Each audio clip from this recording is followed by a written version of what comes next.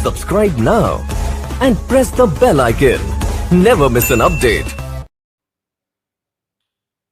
Neeraj sir mathematics classes में आप सभी लोगों का हार्दिक स्वागत है। आज आप लोगों के लिए मैं एक अगला टॉपिक लेके आया हूँ जिससे आप लोग बहुत ही ध्यानपूर्वक से देखेंगे और समझेंगे। आज मैं क्लास 11th वालों के लिए एक्सरसाइज 1.1 इस एनसीईआरटी पैटर्न के आधार पर मैं लेके आया हूँ। आप लोग बहुत ही ध्यानपूर्वक देखेंगे। इस क्वेश्चन नंबर जो फर्स्ट है वो मैंने पहले से ही राइट कर लिया है। आपके पास अगर बुक है एनसीईआरटी की तो आप देखिएगा जो फर्स्ट एक्सरसाइज का है वो फर्स्ट क्वेश्चन नंबर ये दिया हुआ है और फर्स्ट जो चैप्टर है वो है आपका समुच्चय, जिसे सेट कहा जाता है। तो इसके बारे में जो फर्स्ट क्वेश्चन है वो आपको बहुत ध्यान से ही समझना है। बड़ा सिंपल है, सिर्फ और सिर्फ आपको समझना ही है। कह रहा है कि निम्नलिखित में से कौन से समुच्चय हैं, अपने उत्तर का औचित्य बताइए। यानी कि आपसे ये पूछा जा रहा है कि ये जो निम्न कंडीशनें दी गई हैं, निम्न जो क्वेश्चंस पूछे गए आप लोगों से, तो उसमें आपको बताना ये है कि ये समुच्चय है अथवा नहीं है। तो देखिएगा फर्स्ट नंबर कह रहा है कि जे अक्षर से प्रारंभ होने वाले वर्ष के सभी महीनों का संग्रह। आपको मालूम होना चाहिए कि जो महीने होते हैं वो होते हैं 12, यानी कि जनवरी, फरवरी, मार्च, अप्रैल, मई, जून, जुलाई, अगस्त, सितंबर, अक्टूबर, नवंबर, दिसंबर। ये सभी लोग जानते होंगे। लेकिन उसमें से जो क्वेश्चन आपसे पूछा गया है वो ये पूछा गया कि जे अक्षर से प्रारंभ होने वाले, तो जे से प्रारंभ होने वाले कौन से महीने होते हैं। तो जे से प्रारंभ होने वाले एक तो आपके पास हो गया जनवरी, जो जे से प्रारंभ होता है। दूसरा होता है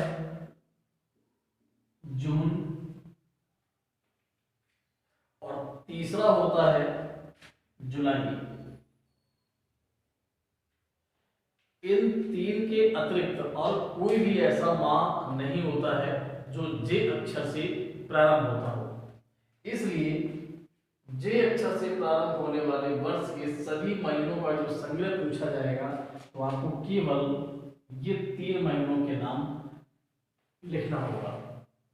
और अगर कोई मान निश्चित होता है यानी कि परिभाषित होता है उसे हम समुच्चय कहते हैं। यानी जे अक्षर से प्रारंभ होने वाले जो वर्ष के महीनों का संग्रह की बात करें तो ये 3 महीने होते हैं। तो ये बिल्कुल निश्चित है कि उस 12 महीनों में से ये 3 महीने ऐसे होते हैं जो जे से प्रारंभ होते हैं। ये बिल्कुल निश्चित होता है, ये बिल्कुल श्योर है। और जो बिल्कुल निश्चित होगा उसे हम कहेंगे कि ये शब्द परिभाषित है, इसलिए इन्हें समुच्चय कहा जाता है। यानी कि जो निश्चित है उन्हें समुच्चय कहा जाएगा। जैसे दूसरा नंबर है कि भारत के 10 सबसे अधिक प्रतिभाशाली लेखकों का संग्रह। अब भारत के 10 सबसे अधिक प्रतिभाशाली लेखक कोई भी हो सकते हैं, क्योंकि हर व्यक्ति की सोच और समझ अलग अलग होती है। सपोज कर लीजिएगा कि कोई व्यक्ति किसी व्यक्ति के लिए अच्छा हो सकता है, तो वही व्यक्ति हो सकता है किसी दूसरे व्यक्ति के लिए अच्छा ना हो। इसलिए उस 10 सबसे अधिक प्रतिभाशाली लेखक पूछ रहा है। मान लीजिए जैसे हमारे लिए, मैं समझ रहा हूं कि मेरे हिसाब से, मेरे ख्याल से रामधारी सिंह दिनकर बहुत अच्छे लेखक हैं। हो सकता है आपके ख्याल में या आपके अनुसार रामधारी सिंह से अच्छे भी कोई लेखक हो सकते हैं। तो ये एक अलग अलग विचारधारा का प्रश्न है। हर व्यक्ति के एक अपने मन में अलग अलग इच्छा होती है। इसलिए हम ये निश्चित नहीं कह सकते हैं कि कोई भी व्यक्ति, किसी व्यक्ति, एक समान व्यक्ति के लिए एक समान आंसर दें। तो ये जो प्रतिभाशाली लेखक होंगे ये हर व्यक्ति के लिए एक अलग अलग लेखक हो सकता है, तो इसलिए इसको हम कह सकते हैं कि ये परिभाषित नहीं है, ये परिभाषित नहीं है। और जब परिभाषित नहीं होगा तो निश्चित है कि ये समुच्चय भी नहीं होगा, इसलिए आपको लिखना है, इसलिए समुच्चय नहीं है। ये चीज वही है आपका थर्ड नंबर कि विश्व के सर्वश्रेष्ठ 11 बल्लेबाजों का संग्रह। विश्व के सर्वश्रेष्ठ 11 बल्लेबाजों का संग्रह हम ये भी निश्चित नहीं कर सकते हैं, क्योंकि हर व्यक्ति की नजरों में एक अलग अलग खिलाड़ी अच्छा होता है। सपोज दैट, मान लीजिए कि मेरे ख्याल से सचिन तेंदुलकर बहुत अच्छे बल्लेबाज हैं। हो सकता है कुछ लोग सचिन तेंदुलकर को अच्छा ना मान करके विराट कोहली को अच्छा मान सकते हैं, कुछ लोग रिकी पॉन्टिंग को अच्छा मान सकते हैं, कुछ लोग सौरव गांगुली को मान सकते हैं। तो हर व्यक्ति के लिए हर एक खिलाड़ी अच्छा होता है। तो ये कहने का मतलब ये हम निश्चित नहीं कर सकते कि नहीं यही खिलाड़ी हर व्यक्ति के लिए अच्छा होगा, ऐसा तो नहीं हो सकता। इसलिए हम इसे भी कह सकते हैं कि ये परिभाषित नहीं किया जा सकता है, अतः ये समुच्चय नहीं होगा। इसी तरीके से फोर्थ नंबर है आपकी कक्षा के सभी बालकों का संग्रह। अब आपकी कक्षा के सभी बालकों का संग्रह पूछा गया है, तो ये तो निश्चित है कि आपकी क्लास में यदि 40 बच्चे हैं तो वो निश्चित है किसी भी स्टूडेंट से पूछ दिया जाए कि आपकी क्लास में कितने बच्चे हैं, सबका आंसर यही आएगा कि 40 है। या 50 बच्चे अगर क्लास में हैं या 60 बच्चे क्लास में हैं, तो जितने भी बच्चे बैठे होंगे यदि किसी से भी पूछा जाए कि आपकी क्लास में कितने स्टूडेंट हैं तो सबका आंसर एक ही आएगा, क्योंकि निश्चित है कि 60 हैं स्टूडेंट तो 60 होंगे, तो ये निश्चित होगा। इसलिए इसे हम कह सकते हैं कि ये परिभाषित है, इसलिए ये समुच्चय है। अगला है फिफ्थ नंबर कि 100 से कम सभी प्राकृत संख्याओं का संग्रह, यानी 100 से सभी कम। तो 100 से जो कम है तो वो तो निश्चित हो गई, यानी कि 0 से लेकर के 1 2 3 डॉट डॉट करके 99 यानी कि 99 तक। तो 100 से कम सभी निश्चित, तो 100 से सब कम है, निश्चित है कि प्राकृत संख्याएं हैं, इसलिए ये भी परिभाषित है और इसे भी हम कहेंगे कि समुच्चय है।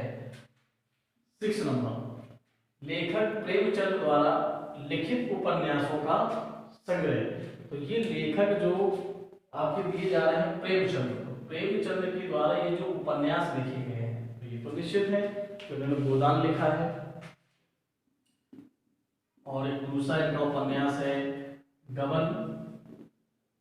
तो ये तो निश्चित है कि रामधारी सिंह दिनकर के प्रेमचंद जी द्वारा जो उपन्यास लिखे गए हैं वो गोदान और गबन लिखे गए हैं, तो ये निश्चित है। इसलिए इसे हम कह सकते हैं ये परिभाषित है, जो परिभाषित है उस समुच्चय ही होगा। अगला है 7th नंबर की सभी सम पूर्णांकों का संग्रह। तो ये भी निश्चित है कि जो सम संख्या होती है तो आप जानते हैं 2 4 6 8 10 ऐसी डॉट डॉट, ये तो संख्या निश्चित होती है कि आपके जो संख्याएं हैं ये सभी आपके सम अंक हैं, ये निश्चित होता है। तो इसे भी कह सकते हैं परिभाषित है, यानी कि समुच्चय है। 8वां है कि इस अध्याय में आने वाले प्रश्नों का संग्रह, ये भी आपका निश्चित होगा। जैसे कि आपके की जो एक्सरसाइज है, सपोज जैसे यही एक्सरसाइज ले लीजिए, तो इसमें कुछ जो क्वेश्चंस दिए जाएंगे तो वो तो निश्चित होंगे। किसी एक्सरसाइज में 40 सवाल होंगे, किसी में 10 सवाल होते हैं, किसी में 5 सवाल होते हैं, किसी में 20 सवाल होते हैं। तो अगर मान के चलिए कि प्रश्नावली 1.1 में अगर 20 सवाल हैं तो ये निश्चित है कि वो 20 हैं। हर व्यक्ति एक्सरसाइज खोलेगा और देख के बता देगा 20 है, कोई भी देखेगा, तो ये तो निश्चित हो गए। जब निश्चित हो गया तो ये भी आपका परिभाषित है। इसलिए लास्ट, विश्व में सबसे अधिक खतरनाक जानवरों का संग्रह।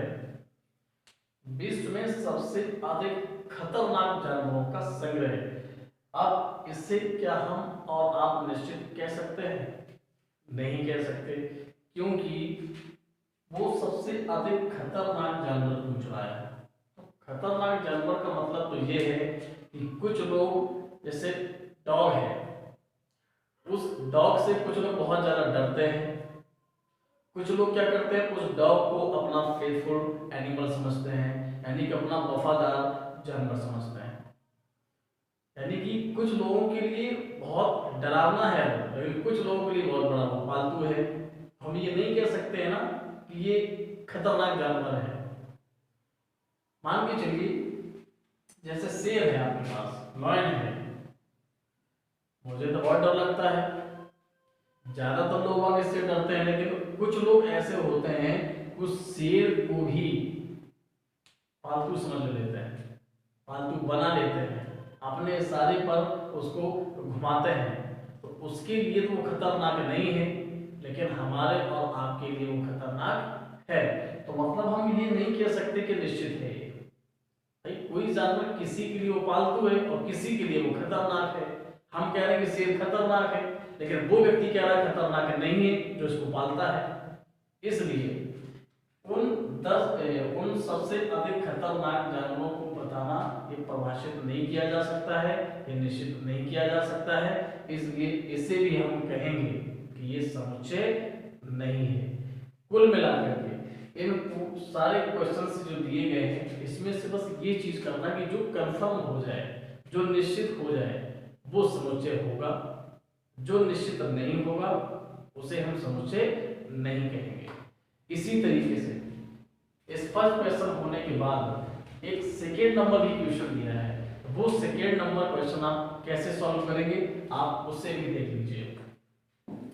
और आप लोगों से मैं ये भी रिक्वेस्ट करता हूँ कि अगर मेरा वीडियो आप लोगों को अच्छा लग रहा हो तो प्लीज़ मेरे चैनल को आप सब्सक्राइब कर लें, जिससे कि जितने भी मेरे वीडियोस होंगे वो सारे वीडियोस आपको अपडेट हो जाएंगे। आप उसे देख सकते हैं, समझ सकते हैं, और कहीं भी कोई यदि प्रॉब्लम आती है तो आप मुझे कमेंट करके ज़रूर बताइए। जैसे मेरे पास एक बुक है, इसमें सेकेंड नंबर दिया हुआ है, बोल रहा है कि a इक्वल 1, 2, 3, 4, 5, 6 कह रहा है कि रिक्त स्थानों में, यानी कि रिक्त स्थानों में आप भी बिलोंग टू अथवा इज नॉट बिलोंग टू आपको भरना है, यानी कि भरिए। जिसमें कि फर्स्ट नंबर दिया हुआ है 5 ... a और सेकेंड नंबर में है 8 ... a और थर्ड नंबर में दिया है 0 ... a। इसी तरीके से फोर्थ नंबर है 4 ... a, फिफ्थ नंबर में है 2 ... a और सिक्स नंबर में है 10 ... a। अब आपको भरना है किसमें हम बिलोंग टू भरेंगे ये, और किसमें इज नॉट बिलोंग टू भरेंगे।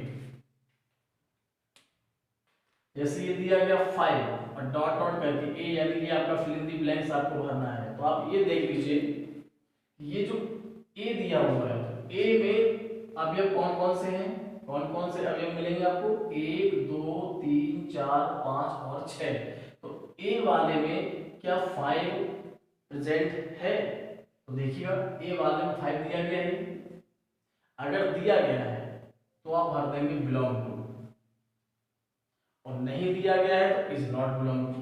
जैसे ए वाले में ये 8 क्या प्रेजेंट है, ए में क्या इस 8 को उपस्थित पाया गया है, तो देखिएगा ए वाले में 1, 2, 3, 4, 5, 6 तक तो है, 8 नहीं दिया गया इसमें कहीं। अब वो कह रहा है क्या 8 है, तो 8 तो है नहीं, तो यहाँ पर भर दिया जाएगा इज नॉट बिलोंग टू। इसी तरीके से थर्ड नंबर में ए वाले में क्या 0 प्रेजेंट है, तो ए वाले में देखिए 0 तो प्रेजेंट नहीं है, यानी 0 है ही नहीं, तो यहाँ भी भर देंगे is not belong to. Fourth वाले में कह रहा है कि ए वाले में 4 प्रेजेंट है, तो ए वाले में देखिए 4 दिया गया है तो बिलोंग टू। फिफ्थ में कह रहा है कि ए में 2 है, ए में देखिए 2 दिया गया है, तो यहाँ भी आप भर देंगे बिलोंग टू। सिक्स में ए में क्या 10 प्रेजेंट है, ए वाले में देखिए 10 नहीं दिया गया है, तो यहाँ पर भर दिया जाएगा बिलोंग टू। क्लियर, समझ में आया होगा। अगर ये वाली वैल्यू इसमें दी जा रही होगी तो बिलोंग टू, नहीं दी जा रही होगी तो इज नॉट बिलोंग टू। इसी तरीके से जो थर्ड नंबर क्वेश्चन है, अब मैं उसे अगले वीडियो में डालूंगा। कृपया उस थर्ड नंबर को समझने के लिए आप इस चैनल को सब्सक्राइब जरूर कर लें।